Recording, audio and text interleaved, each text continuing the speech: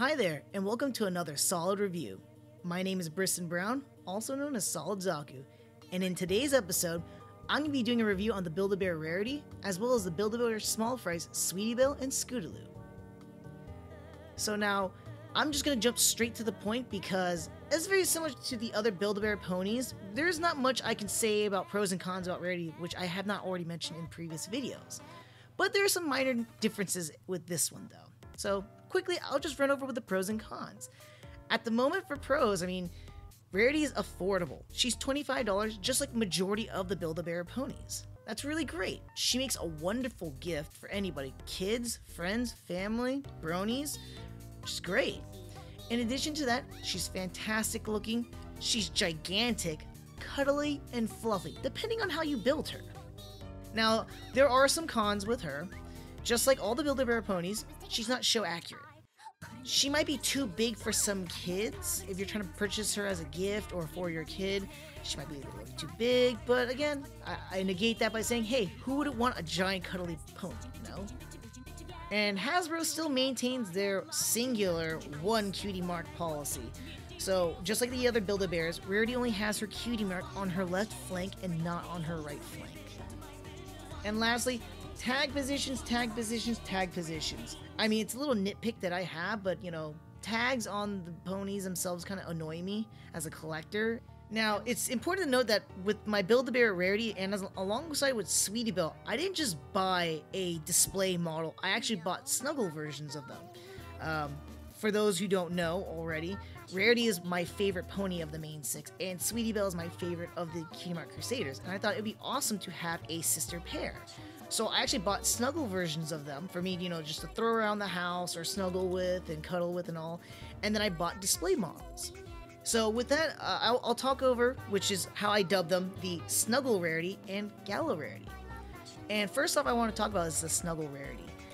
As you can see, her hair is a little bit messed up and frazzled and all. There's a couple reasons why. It's not just because of all the snuggling too, but I also experimented, and if you remember my previous videos when I was talking about I never really combed curly hair, such as ones with Pinkie Pie and such, here's a really good reason why you should comb hair. It really just straightens out, it ruins the curls. I thought that I could originally hand mold or heat it up and just be able to return the curls back to what they were. They would not. In fact, it just frazzes and gets all over the place. This will become much more apparent when you will see the Sweetie Belle images I will show you later on. But despite as much as I tried to fix up my Snuggle Rarity, her hair cannot be entirely fixed up or set to the way it originally was. Now, besides the Snuggle Rarity, I have my display model, which I dubbed the Gala Rarity. And I want to note that this is the first time I have ever bought and used apparel for any of my ponies. And as you can see in these pictures of Gala Rarity, she is just exquisite, extravagant, fabulous. And also the way I've stylized her hair, because I got her straight out, from the shop, and after I had her stuffed and whatnot, came back home and stylized her hair, made it look as great as I can. While not being super show accurate, I maintain as much as I could with my own finesse into it as well. As you can see with the back mane, I added not so much of an addition, but I've managed to curl and whip up more of a curl feel to it.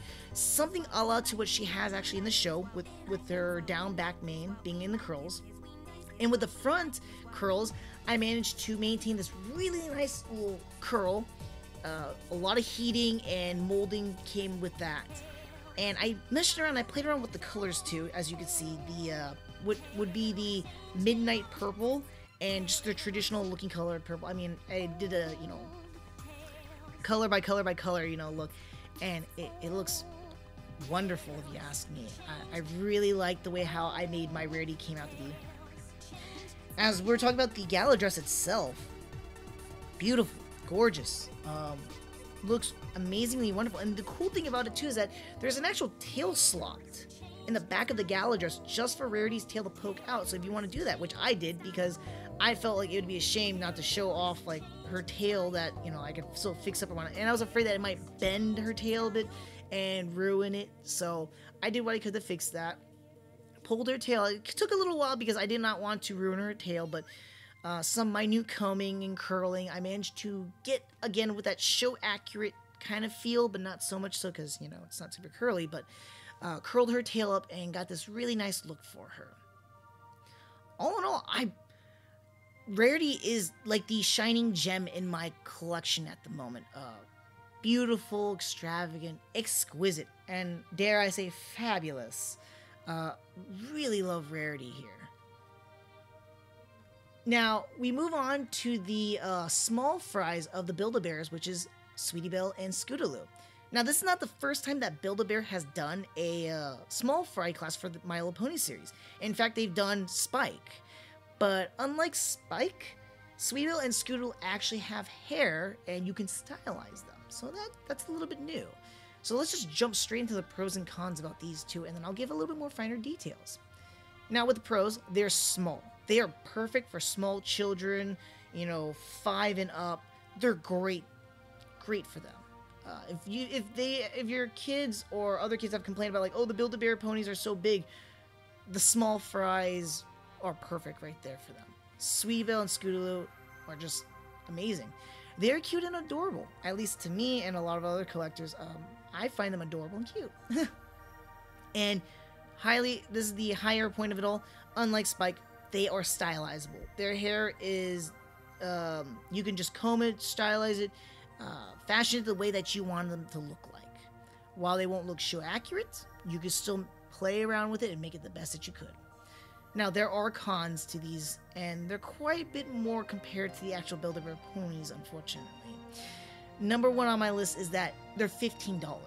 They're a bit more expensive than the $13 Spike when I had gotten him, but I can only make sense of it by saying that because it's probably because of their hair, and that makes a little bit additional $2 more charge or so. Okay, that makes sense, right?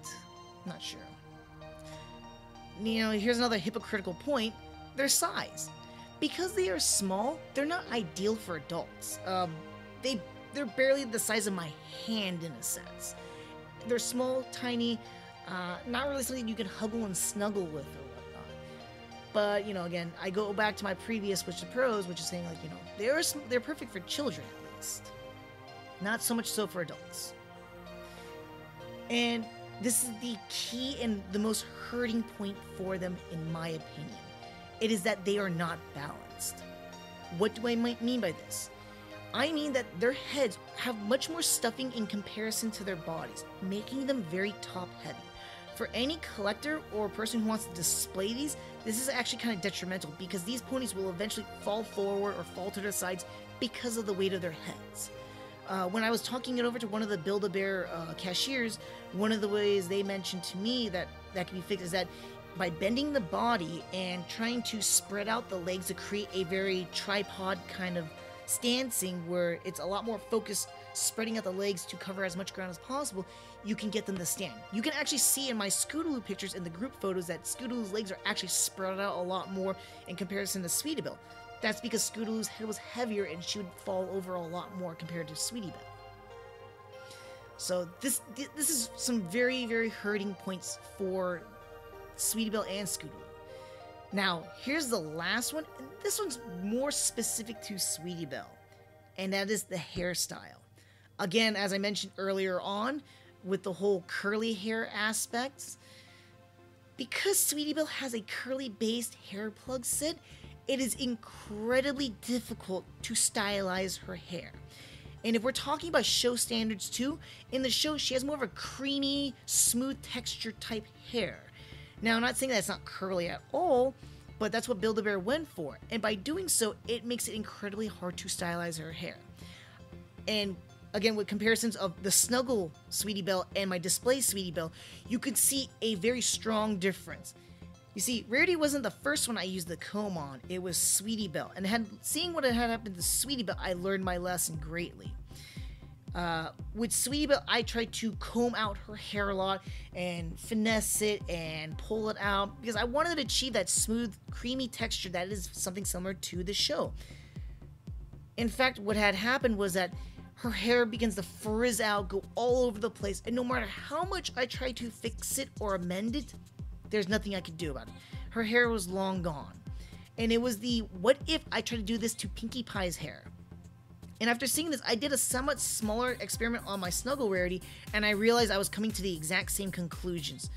And this is where I reiterate, for you newbies, you collectors out there, the people who want to display these ponies like Pinkie Pie, Sweetie Belle, to a smaller extent Rarity and Rainbow Dash, do not comb their curly hairs. I stress that, and I can't stress that enough. It will damage the natural flow of their curly hairs, and unless you have heating materials that won't destroy their hairs, then you're not going to be able to restore it.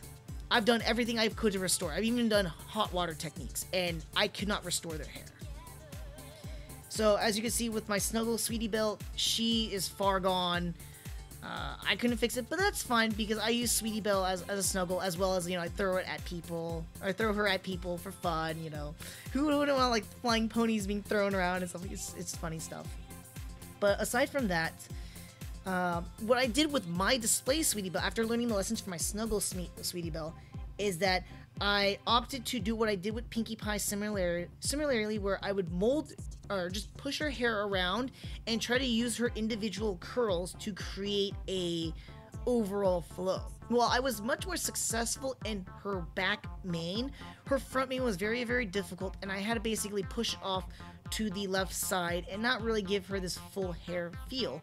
But then again, a lot of the Build-A-Bear ponies, you don't get that full hair feel regardless. That said, I'm not 100% satisfied the way I had Sweetie Belle come out to be, even for my display one.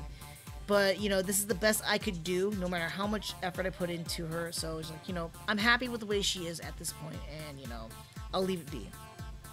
Scootaloo, on the other hand, was a little bit more of a challenge too, but she wasn't so much harder, because her front hair was very straight, and then the back hair was reminiscing to Rarity's back mane, which was curly, and another portion was straight. So what I did, and I opted out for this, was that I combed out her front hair and did a comb over, and then I straightened out her back straight mane, and then I used the curls to curl around that one, as you can see in the photos.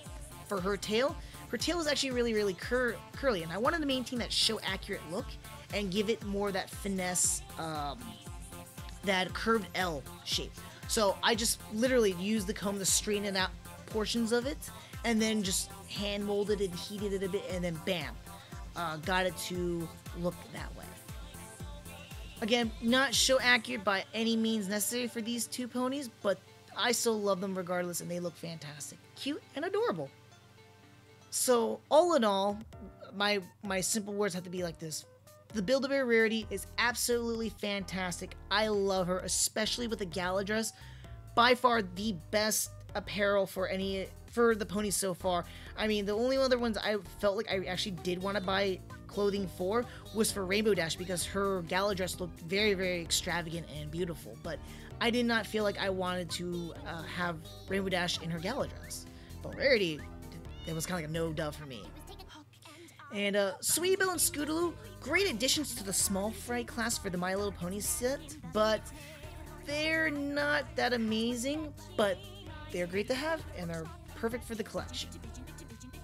So all in all, I give the Build-A-Bear Rarity a 4 out of 5. And for the small fry Sweetie Belle and Scootaloo, they get a 3 out of 5. So I'm really looking forward to July 11th's releases of the new Build-A-Bear ponies. Not only are we getting Applejack and Apple Bloom, which is now finishing off the main 6 and the Cutie Mark Crusaders, we're also going to be getting Trixie Lulamoon and an online exclusive, Zecora. You could definitely bet I'll be doing reviews for all of them when time comes. Now, if you haven't already, please like this video, subscribe to my YouTube, follow me on Twitter, and if you want, follow me on my Twitch TV. I do random game streams from time to time. Again, thank you for watching, and I hope you enjoy this. Until the next review, lates.